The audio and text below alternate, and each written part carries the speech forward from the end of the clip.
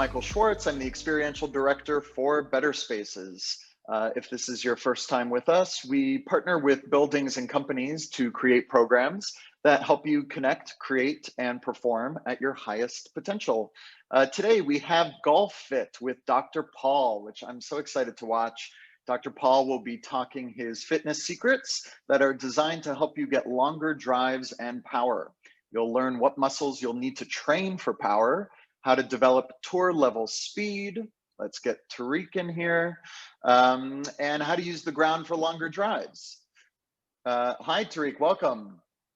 We're just starting. Dr. Paul is a board certified orthopedic clinical specialist, and he is also a Titleist Performance Institute certified level 3 golf medical professional. We're so excited to have you here today, Dr. Paul. Why don't you take it away? Awesome. Thank you so much for that intro, Mike. Let's get it started, right? So guys I'm always excited and happy to talk about golf because I love playing golf. But today we're going to talk about golf fitness. 3 secrets to developing longer drives and effortless power. Now, because I'm a physical therapist, I have to give you this disclaimer. This is not physical therapy. It's not medical advice. If you have some pain, dysfunction, or something like that, go seek help from a medical professional. This is good information, but to address individual problems, I would go see a physical therapist or a doctor. Now, first thing I want to touch on is the kinematic sequence. The kinematic sequence is the way to generate speed through the body and transfer that speed into the club. For pro level golfers, there's many different ways to swing a club. If you watch the tour, everybody's got their own unique swing, but there is one specific sequence that is constant with all those swings. That's generating acceleration and deceleration when needed. So we have a couple body parts. We're thinking pelvis, torso, arm, and then finally club. If we develop speed, say in the pelvis, which is this deceleration sequence on that red line, it peaks at that dot.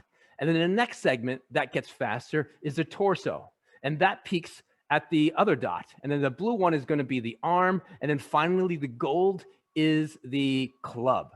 Now you can see as those speeds peak, this is a rotational speed. We put all these sensors on golfers, and that rotational speed peaks and then it decelerates. That deceleration allows that section of the body to transfer its speed and power to the next one. If we cannot generate a deceleration, then we can't have an acceleration of the next one. So usually what I find is that people have an inability to create the connection between the body, the ground, legs, torso, and the pelvis. And we'll talk more about that. Now, the first test that I want to do is this pelvic rotation test. All good golfers are able to dissociate their lower half from their upper half. So what you're going to do is you're going to stand up. If you're sitting at work, stand up, get into a 5-iron posture. You're going to pretend you have a golf club, put your hands across your chest. Do not move your shoulders and try and move your pelvis, right? So can you dissociate one part of the body from the other? Now, when we initiate our downswing, the first thing that should move is the pelvis. So this movement can tell me how much control and coordination does that golfer have. So these are some faults that I see with athletes that I work with. They either have the inability to stabilize, so their upper body moves as well, or they get a lateral motion. I know that, a lot of golf professionals, the instructors, the golf swing coaches, they like to say, get to your left side. People have an inability to get to their left side and finish if you're a right-handed golfer. But there's many reasons why you might not be able to get to your left side. You might have an inability to coordinate that rotation, or you have might be like left-sided hip or knee pain or anything like that. So we have to tease that out, test, and assess, so that we don't guess. So these are the 2 common things that I see that we're missing, common faults in that pelvic rotation test. All right, next one. How do we develop tour level speed? We have to use the ground. That kinematic sequence generates a power wave from the feet, legs, pelvis, torso, shoulder, arms. A lot of people know that already, but how to execute that is tough. What I always see on the hitting line is that you have a golf instructor says, "Oh, you got to do this, you got to do that, move this way, put the club that in this position."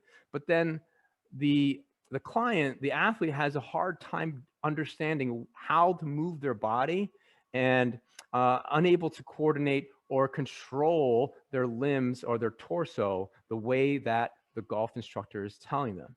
And that's usually because of some type of mobility or stability deficit. So I'm going to show you this picture. This is a hockey player with a golf club going to hit a golf ball. Now, I'm going to give you 3 seconds to think about what's going to happen. This guy's going to go swing and hit this golf club, but he's on ice. And I want you to see what happens to his feet. All right, here we go. I'm going to start it up.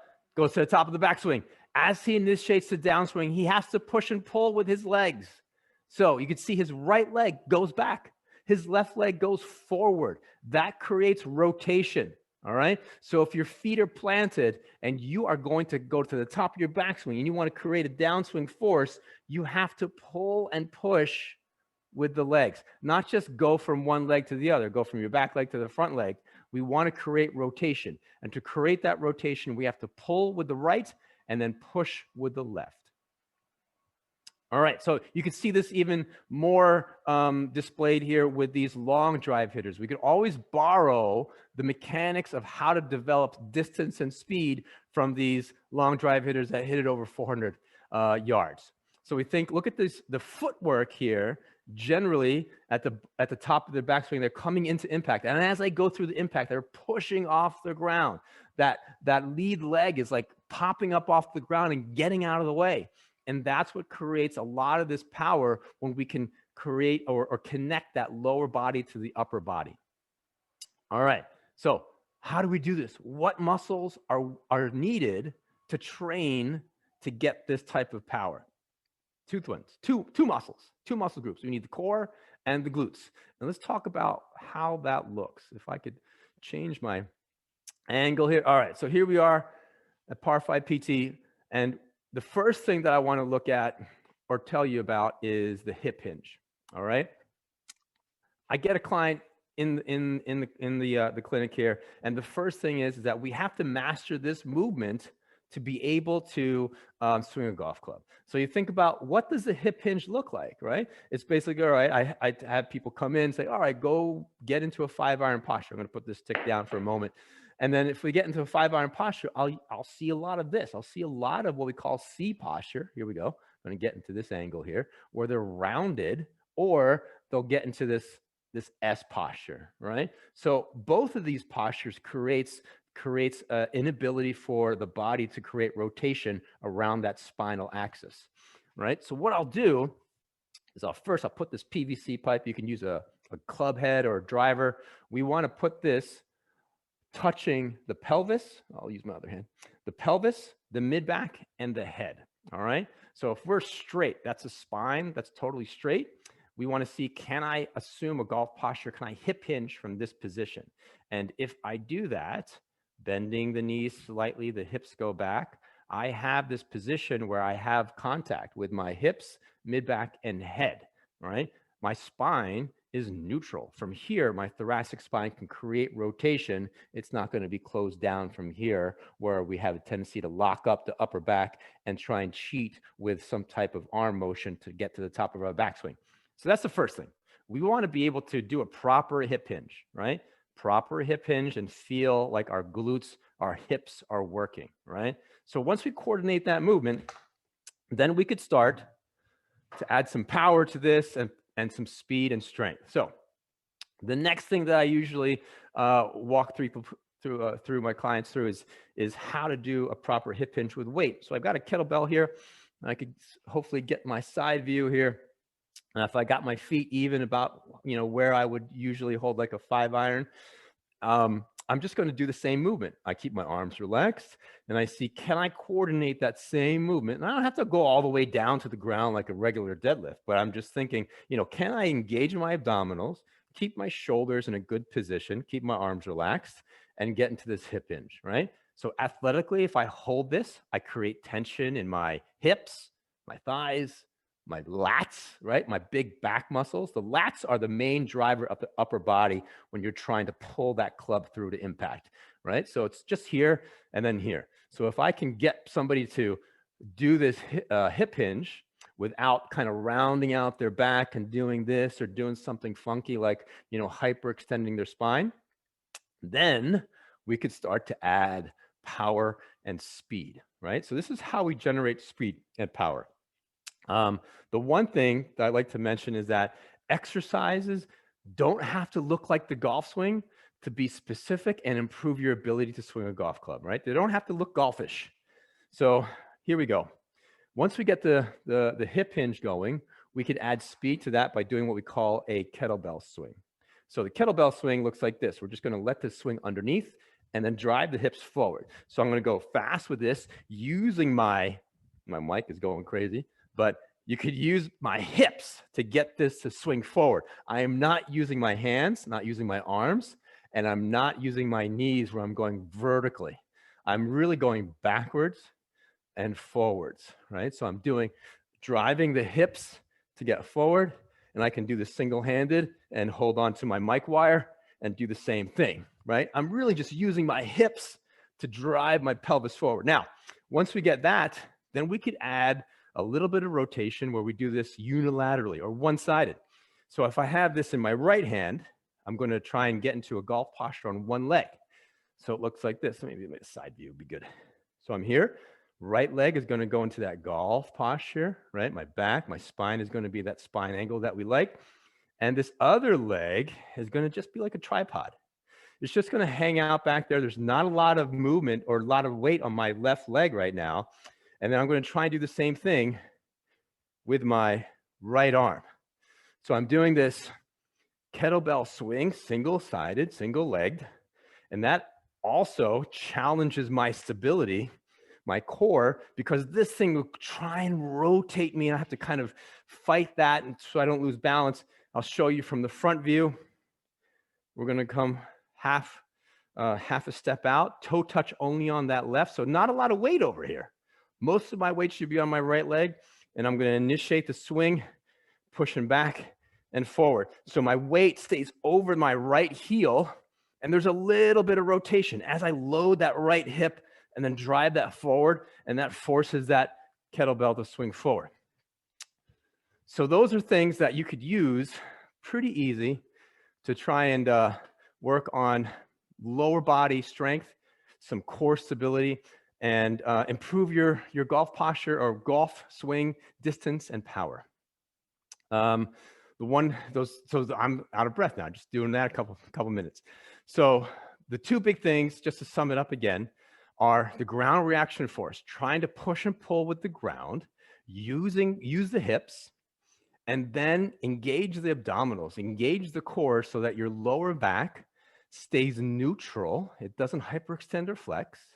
And then the rotation can occur through the thoracic spine, and we can transfer that power from the ground into the legs, pelvis, and torso using the core as our connection. All right?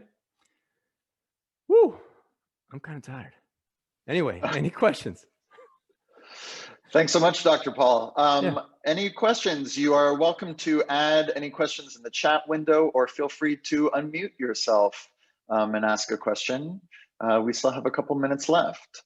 I have one to get started, Paul, as Sure. people perhaps are thinking. Are there any stretches that you recommend targeting the pelvis, targeting these areas that you've talked about today, just to prepare for that? So let's think about like stretches that you can do like right on the range, right? So I don't know how comfortable people are in lying down when you're at the driving range. So let's just think, all right, what can I stretch at the driving range? So let me grab my club here. So pretty easy. You probably have seen this before. It's a W turn.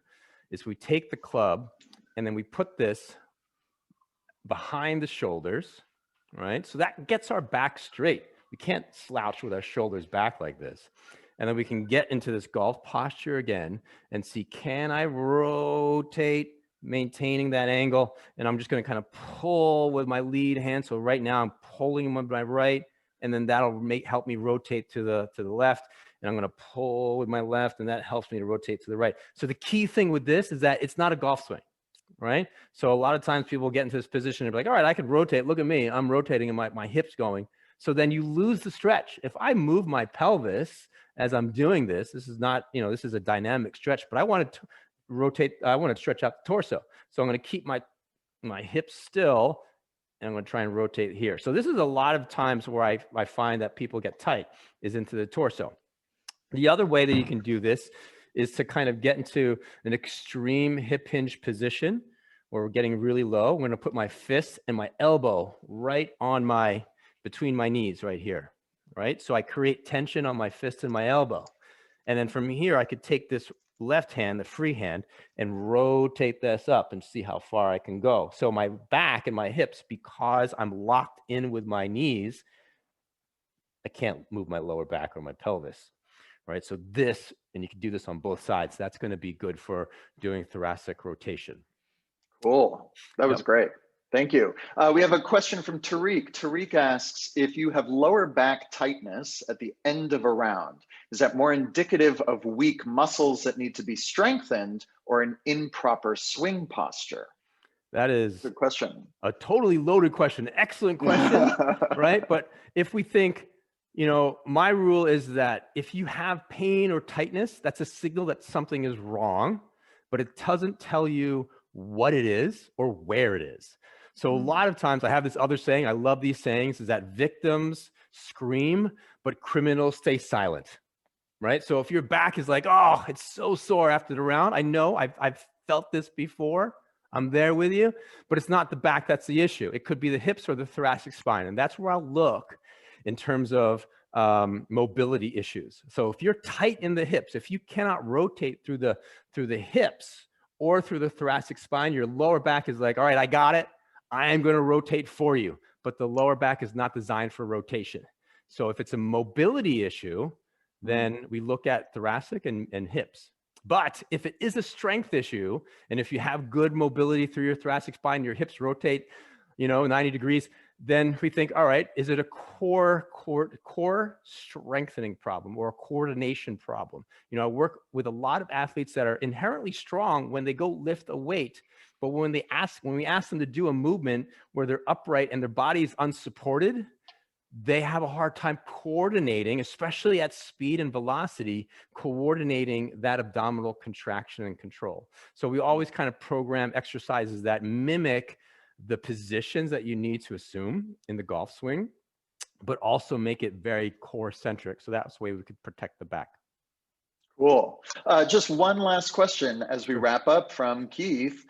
Keith has a question about any tips for finishing the swing, any stretching or strength training, specifically targeting the finish of the swing. That's awesome. So let's go back to this 2-shot here. So if we think about what position do we need to be in the finish? So if I'm a right-handed golfer, I need to get to my left side, be able to internally rotate this hip. This hip needs to be internally rotated. I need to be able to extend my spine. And my shoulders, my lats need to be long enough for me to get into the top of this position. A lot of times this whole section tends to be tight. If you cannot put your arms over your head and get your bicep to your ear without your back hyperextending, then that means your lats are tight, and that will inhibit the ability for you to finish well in this top position. But the biggest thing, I think the low-hanging fruit, so to say, or where we want to really target the most is the hip. A lot of times people will lose this ability to internally rotate their hips so that when they go to load this left side, they have a real hard time because either A, it's tight or it's painful, or they don't have the range of motion, so they can't finish here. So any exercises that would improve that internal rotation, that means this, knee in, foot out, will help. Now, that's also saying, like, how are we anatomically put together? Like in the past week, I've seen 2 people that have had a different angle, slightly different angle of how the hip goes into their socket, which limits their ability to internally rotate. So I won't force that motion because that's the way that their hip is put together. But if it is something tight, I'm going to grab a chair. And let's just say if it's just like muscular, right? Muscular of a problem, then what I'll do is I'll sit, and then, so this is external rotation, the knee out, foot in, but we want to do internal rotation. So what I'll do is I'll just kind of swing around, see how my foot is out, my knee is in, and to add a little bit of pressure, I'll even slide this way far out, and then I could put my other foot on top of that knee, and I could rotate that to the ground. So if I'm on a couch, I could do this a lot easier. I can kind of relax back, and I'm rotating that lead hip internally. We like, at least if we test this in standing, put your hands on your pelvis and try and rotate to your finish. If you're looking at your pelvis line here, from hip to hip, from here, from this angle to this angle, that should be at least 60 degrees. All right. So if I'm going to take a look at this angle here, I've got my left foot planted. I'm going to rotate to my finish. That arc of motion that I am moving through should be at least 60 degrees. Okay.